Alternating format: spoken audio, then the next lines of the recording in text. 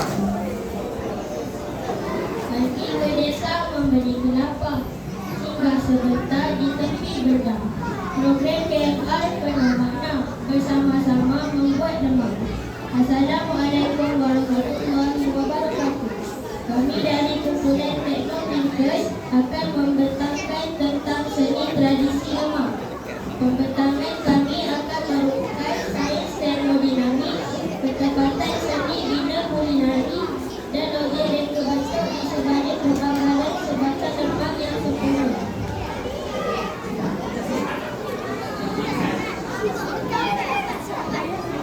Slide seterusnya menunjukkan matriks komponen yang diperlukan untuk menghasilkan sebatang lemah.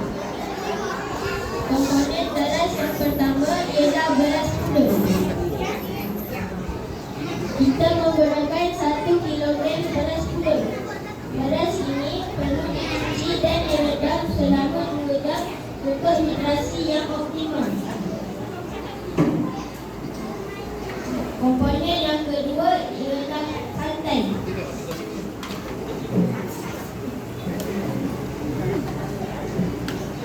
Kita menggunakan 1 liter santan pekat. Santan diselaraskan nisbah kepekatan dengan air tulis mengikut keperluan. Komponen yang ketiga ialah garam. Garam merupakan agen pengikat polisel. Garam dilarutkan sepenuhnya dalam matrik santan untuk taburan polisel sekata secukup rasa.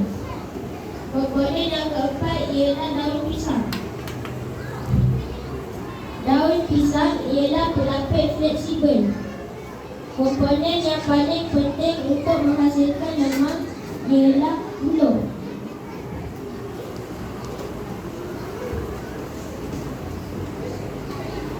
Gula merupakan reaktor haba dan berfungsi sebagai kebuk tekanan.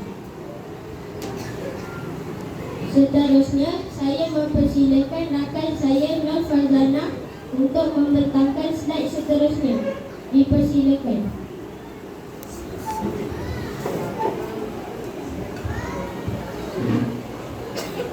Untuk proses seterusnya, saya akan menerangkan anatomi lemak, iaitu kejuruteraan struktur dan teknik lapisan. Tahap 1, pembersihan kebuk. Gulung ini perlu dibersihkan supaya proses pemindahan haba lancar. Tahap 2, pemasangan perebat. Daun pisang perlu digulung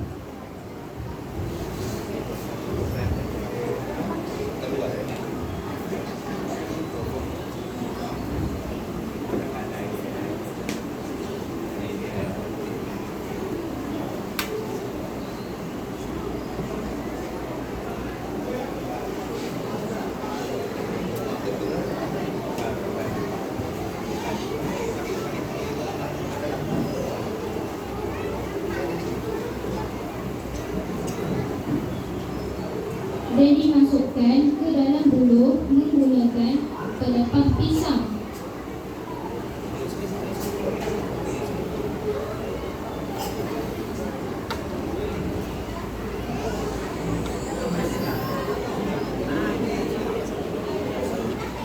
Daun pisang digunakan sebagai lapisan pelindung organik. Tahap 3, ruang penimba pengembangan. Beras pulut dimasukkan 3/4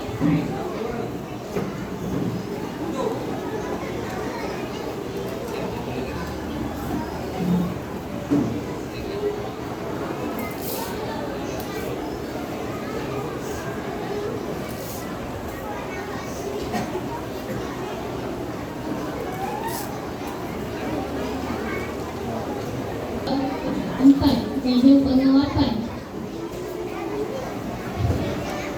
Santan bergaram dituang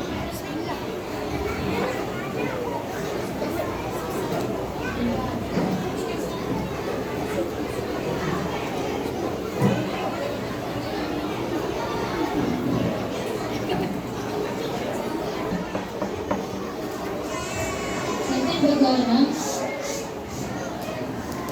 digunakan sebagai cecair asas untuk penguapan dalaman. Baik, untuk seterusnya akan disampaikan oleh rakan saya, Nik Nur Humairah Nasuha. Dipersilakan.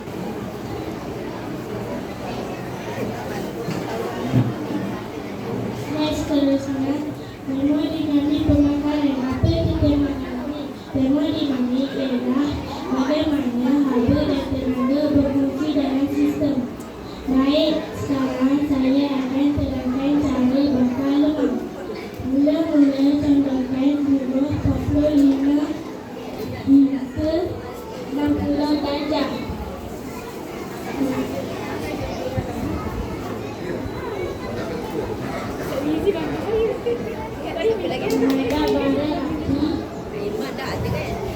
Menghadap bara api untuk perolehkan haba yang optimum.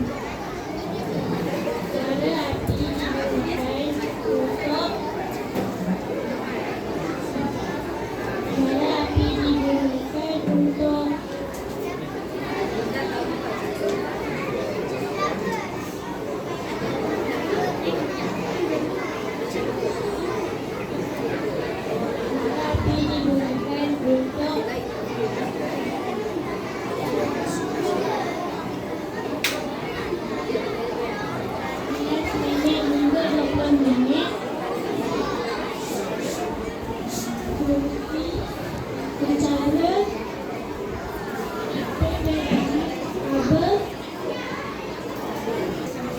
kawan, inilah hasil lemak yang kita bakar tadi.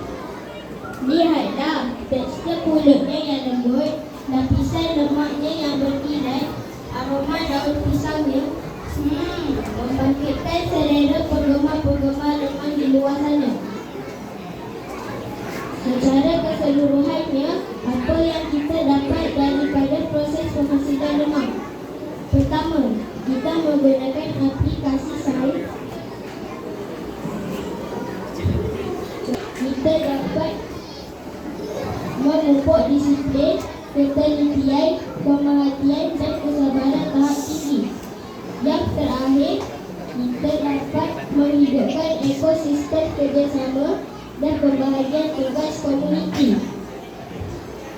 Sebelum saya mengakhiri pembentangan ini, saya sudahi dengan serangkap pantun. Pergi ke pasar membeli ikan, tidak lupa membeli kertas.